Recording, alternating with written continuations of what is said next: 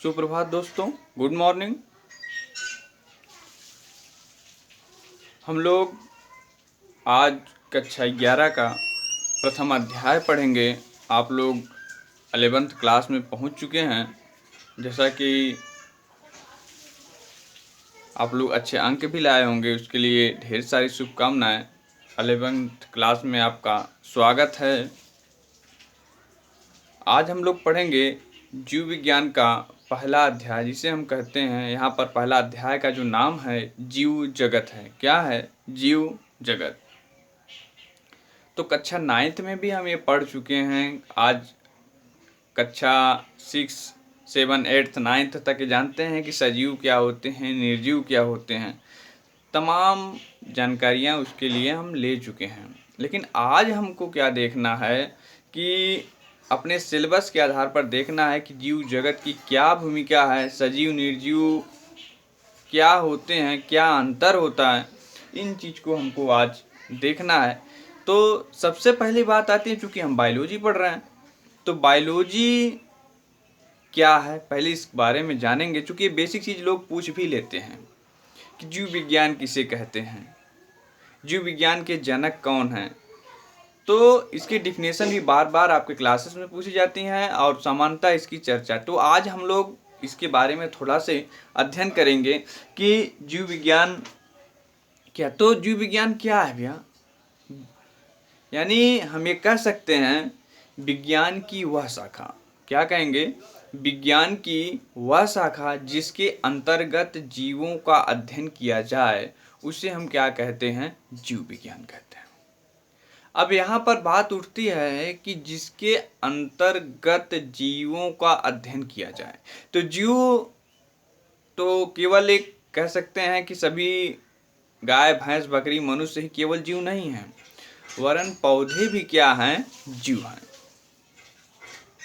पौधे भी क्या हैं? जीव। यानी जब हम जीव विज्ञान की बात करें, किसकी बात करें? जीव विज्ञान की, तो हम कहेंगे विज्ञान की वह शाखा जिसके अंतर्गत जीवों का अध्ययन किया जाए। किसी को यहाँ पर अलग नहीं किया गया, चाहे पौधा हो चाहे जंतु हो, दोनों को एक ही में ही सम्मिलित किया गया है। यानी दोनों के अध्ययन को हम क्या कहते हैं? जीव विज्ञान कहते हैं।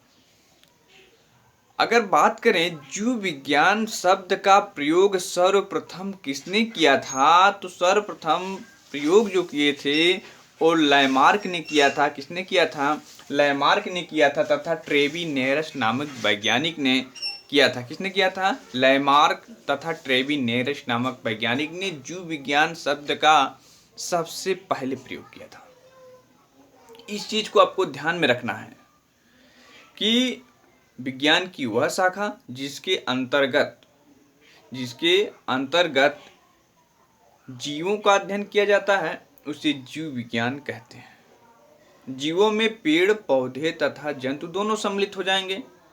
अब बात आती है जीव विज्ञान शब्द का प्रयोग है, कंफ्यूज मत होइएगा आप लोग। यहाँ पर दिया गया है प्रयोग। जीव विज्ञान शब्द का प्रयोग किसने सर्वप्रथम किया था? लैमार्क तथा ट्रेविनेरस नामक वैज्ञानिक ने इन शब्द का प्रयोग किया था।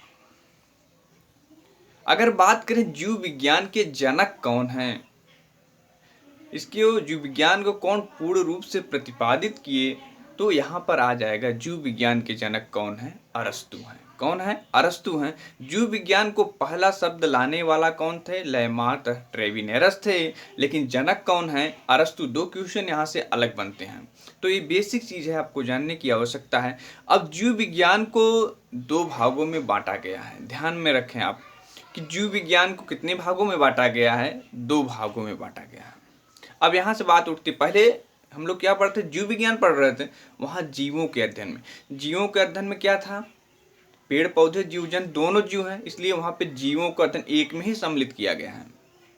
अब यहाँ पर हम आ जाएं कि जीव विज्ञान को कितने भागों में बांटा गया है। तो जीव विज्ञान को प्रमुखतः दो भागों में बांटा गया। कितने भागों में बांटा गया है? दो भागों में बांटा गया है। आप लोग इसको देखिए, इसको अच्छे से नोट करते चलें, आपको नोट्स दिया जाएगा, समझिए। चूंकि आपसे बार बार क्वेश्चन भी पूछा जाएगा, इसके लिए आप लोग तैयार रहिएगा। और दूसरी स्थिति ये कि आपके परीक्षा के दौर से भी ये पूछा जाता है। तो अब जीव विज्ञान को कितने भागों में बांटा गया है?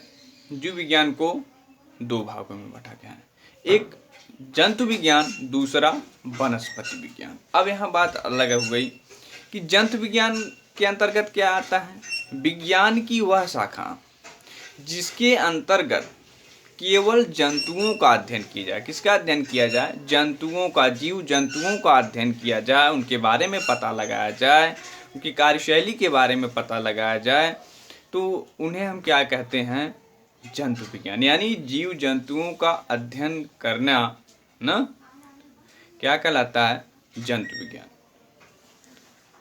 अब यहाँ पर भी जंतु विज्ञान के जनक कौन आएंगे, अरस्तु आएंगे। कौन आएंगे, अरस्तु। ये भी ध्यान रखिएगा, चाहे जीव विज्ञान के जनक कहें अरस्तु या कहें जंतु विज्ञान के जनक कौन है, अरस्तु ही हैं। अगर कहें, अब बात आती है वनस्पति विज्ञान। क्या आती है, वनस्पति विज्ञान।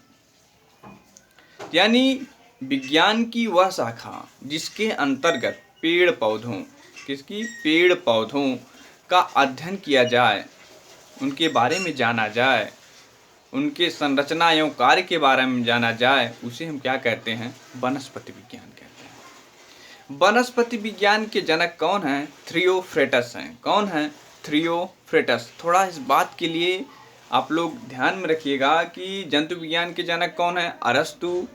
वनस्पति विज्ञान के जनक कौन है, थियोफ्रेटस। अगर कहा जाए जीव विज्ञान के जनक कौन है, तब भी अरस्तु। अगर कहा जाए जीव विज्ञान शब्द का प्रयोग सबसे पहले किसने किया, तब आप वहां पर नाम देंगे लेमार्क तथा ट्रेविनेरस का देंगे।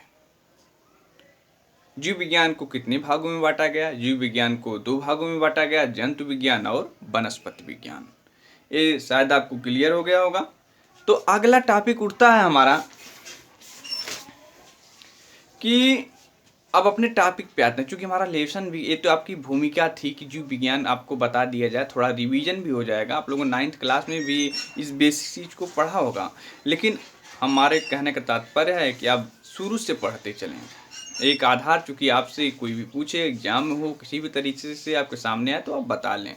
तो हमारा पहला अध्याय है सजीव जगत। तो हम लोग सामान्य लोग भी जानते हैं कि सजीव क्या होते हैं।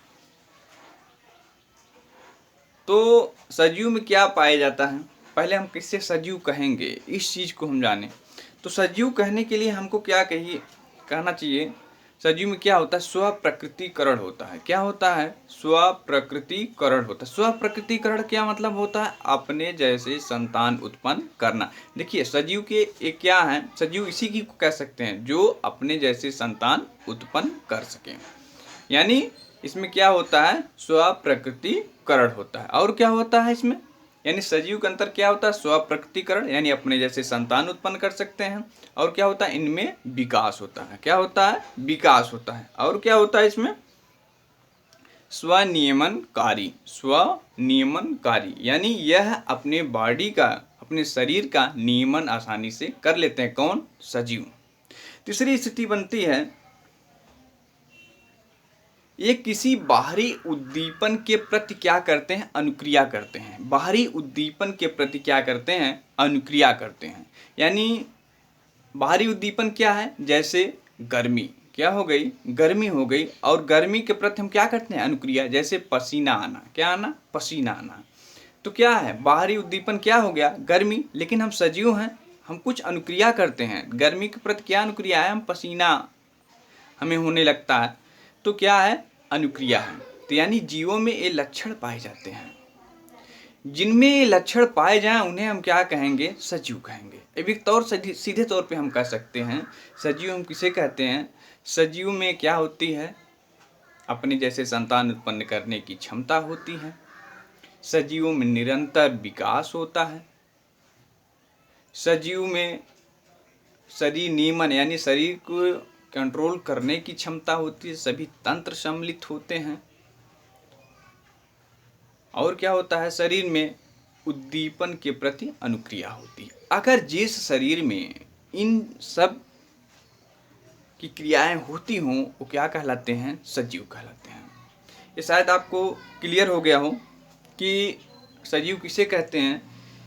एक तौर से हम ये भी कह सकते हैं, जिन जीवों में, जिन प्राणियों में गति हो, गति करने की क्षमता हो, श्वसन करने की क्षमता हो, जनन करने की क्षमता हो न, पोषण करने की क्षमता हो या उद्दीपन के प्रति अनुक्रिया की क्षमता हो, उसी को हम क्या कहते हैं? सजीव कहते हैं।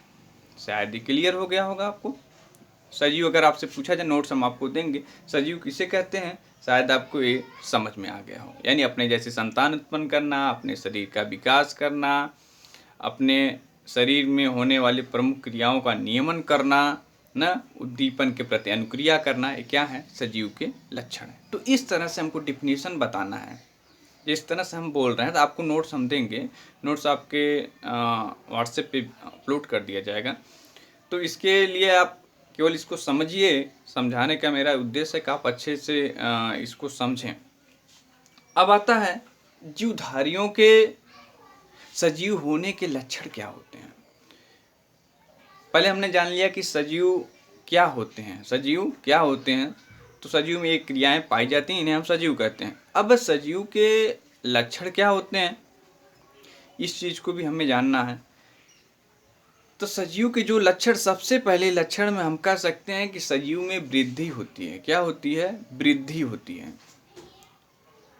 सजीव में क्या होती है? वृद्धि होती है और विकास होता है। वृद्धि और विकास अलग अलग होते हैं। वृद्धि और विकास यानी शरीर में क्या होता है, इनके जो लक्षण होते हैं सजीव के, वृद्धि एवं विकास इनमें होते हैं। तो वृद्धि में क्या हो सकते हैं? जैसे आकार में वृद्धि। किसमें वृद्धि? आकार में वृद्धि। अगर हम सजीव की बात करें, एक छोटा सा जीव है, अब हमेशा तो इतना बड़ा रहेगा नहीं। तो सजीव में अगर हमको ये देखने को मिल रहा है कि ये यहाँ तक वृद्धि कर गया, तो इसे हम क्या कहेंगे? इनमें वृद्धि हो रही है। क्या कहेंगे? वृद्धि हो रही है। अगर दूसरी स्थिति हम कहें संख्या में वृद्धि, संख्या जैसे कोई एक जीव है, एक जीव से क्या हो गया? दो जीव का निर्माण हो गया, तो क्या हुआ? संख्या में ये वृद्धि दर्शाती है। क्या दर्शाती है? संख्या में वृद्धि दर्शाती है। और तीसरी स्थिति क्या होती है? भार में वृद्धि। कोई बालक जन्म लिया, इसका वजन कितना है? 3.5 kg है। कितना है? 3.5 यानी 3.5 किलो का है। लेकिन क्या उतने किलो का वेट का वो बालक हमेशा रहता है? नहीं, इनका वजन, वेट बढ़ता रहता है।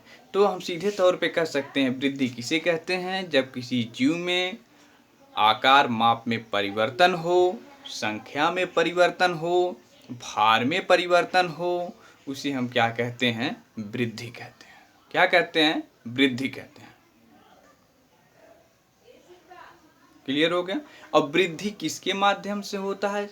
अगर सामान्य यूनिट की बात करें, आगे हमारा सिलेबस में मिलेगा, लेकिन वृद्धि का मूलभूत जो सबसे सूक्ष्मतम इकाई क्या है, तो उसे हम क्या कहेंगे? वृद्धि कोशिका को कहेंगे। यहाँ पर किसके संबंध रखेंगे? कोशिका से संबंध रखेंगे। किससे रखेंगे?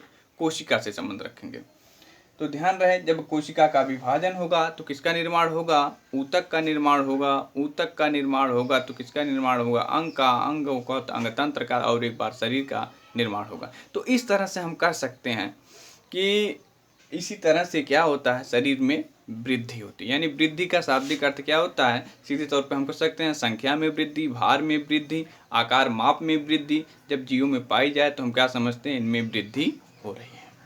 ये क्लियर हो गया? दूसरा शब्द आता है जनन। तो जनन और यानी सजीव के लक्षण बहुत आगे आपको पढ़ाया जाएगा, चूँकि टॉपिक शुरू हो चुकी है। तो आज के लिए इतना ही छोड़ते हैं। आप इतना समझ लीजिए, अगले दिन आपको ये पूर्णतः बताया जाएगा।